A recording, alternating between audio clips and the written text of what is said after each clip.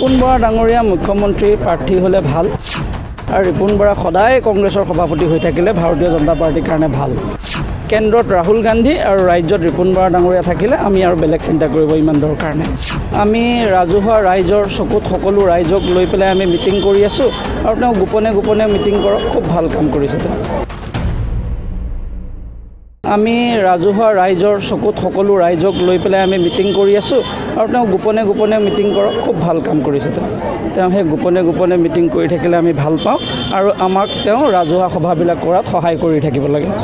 মুখ্যমন্ত্ৰী প্ৰাৰ্থী হওঁতে ভাল পাওঁ। ৰিপুণ বৰা ডাঙৰীয়া মুখ্যমন্ত্ৰী প্ৰাৰ্থী হ'লে ভাল আৰু ৰিপুণ বৰা সদায় কংগ্ৰেছৰ সভাপতি হৈ থাকিলে ভাৰতীয় জনতা পাৰ্টিৰ কাৰণে ভাল। আমি ভাল পাওঁ, তেওঁৰ দৰে নেতা থাকিলে আমাৰ চিন্তা কৰিবলৈ বিশেষ নাই, তেওঁ ছাফিচিয়েণ্ট হয় আমাৰ কাৰণে। ৰাহুল গান্ধী কেন্দ্ৰত ৰাহুল গান্ধী আৰু ৰাজ্যত ৰিপুণ বৰা ডাঙৰীয়া থাকিলে আমি আৰু বেলেগ চিন্তা কৰিব ইমান দৰকাৰ নাই।